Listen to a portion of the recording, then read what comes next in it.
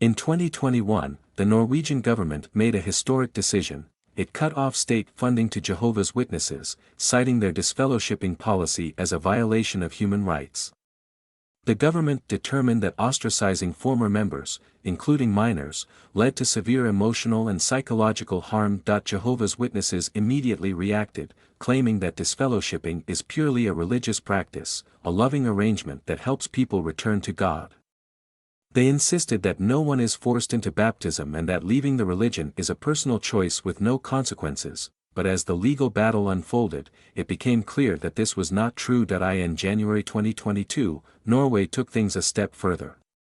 Not only was funding revoked, but the legal registration of Jehovah's Witnesses as a recognized religious community was stripped away. This meant that the organization lost its religious privileges, including the right to perform state-recognized marriages. The Watchtower's official response.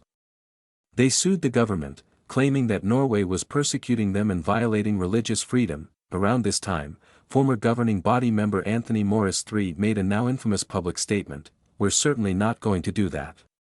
This was his response to any suggestion that Jehovah's Witnesses should change their disfellowshipping policy to comply with human rights laws. His words made it crystal clear: the Watchtower was not willing to change, no matter how many people suffered. In 2023, the case reached the Oslo District Court, where Jehovah's Witnesses attempted to justify disfellowshipping by twisting the facts. They claimed that baptism is a free and informed choice, that disfellowshipped people are never completely cut off, that Jehovah's Witnesses are free to talk to family members if they choose, but former members provided overwhelming evidence that none of this is true. They testified that most people who get baptized are teenagers, pressured to make a lifelong commitment before they fully understand the consequences.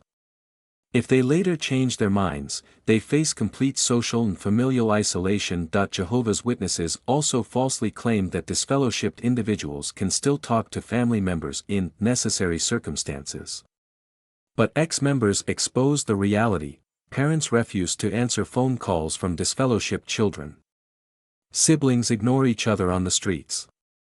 Entire families cut off all communication, even in emergencies. One ex-member recounted how her parents refused to speak to her even after a death in the family, because she was disfellowshipped. During the hearings, Jehovah's Witnesses claimed that no minors are baptized and that everyone makes a fully informed adult decision, but court documents and Watchtower publications exposed this as a blatant lie.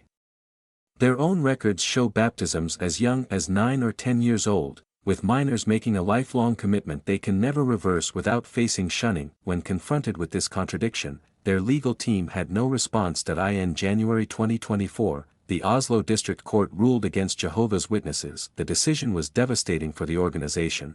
The funding revocation was upheld. Their legal registration was permanently revoked.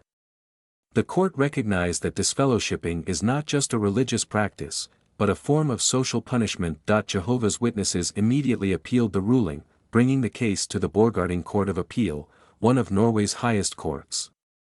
The appeal trial took place from February 3 to February 14, 2025, and this time, Watchtower's lies were exposed even further. Their lawyer, Anders Stray Ristel, argued that disfellowshipping is voluntary, that baptized members understand the consequences, that Jehovah's Witnesses do not control families. But under intense questioning, these claims collapsed. First, Ristel admitted that even minors can be disfellowshipped, contradicting the claim that baptism is only for mature, informed individuals. Then, when confronted with Watchtower's own publications, it became undeniable that Jehovah's Witnesses demand strict shunning of disfellowshipped members. The Norwegian government's attorney, Liv Inger Joan Gabrielsen, completely dismantled Watchtower's arguments. She pointed out that children raised as Jehovah's Witnesses do not have a real choice, because leaving means losing everyone they know. Disfellowshipping is not just a personal decision, it is enforced by an authoritarian system. The practice is psychologically abusive and violates Norwegian laws protecting children and families. The court also heard powerful testimonies from former members who described the real consequences of disfellowshipping. Meanwhile, Jehovah's Witnesses tried another tactic. They filled the public seating area with their own members, occupying every available space so that former members would feel isolated and intimidated while testifying. But one of the most revealing moments of the trial came When the Norwegian government's legal team played a video that Jehovah's Witnesses had quietly removed from jw.org before the case began, this video, part of the 2023 Regional Convention program, portrayed a disfellowshipped mother attempting to contact her daughter. The daughter, despite her emotional struggle, ultimately chose to ignore her mother, following Jehovah's Witnesses' strict instructions on shunning. Before the trial, Jehovah's Witnesses had removed this video from their official website without any explanation, but the Norwegian government had already secured a copy and played it in court. The reaction in the courtroom was immediate. The video provided undeniable proof that Jehovah's Witnesses actively teach members to completely avoid family members who leave the religion. Any claim that disfellowshipping is simply a spiritual matter or that it does not break up families was completely destroyed. As of now, the final verdict has not been announced. The world is watching as the Borgarting Court of Appeal prepares to deliver a decision that could have major consequences for Jehovah's Witnesses, not just in Norway, but internationally.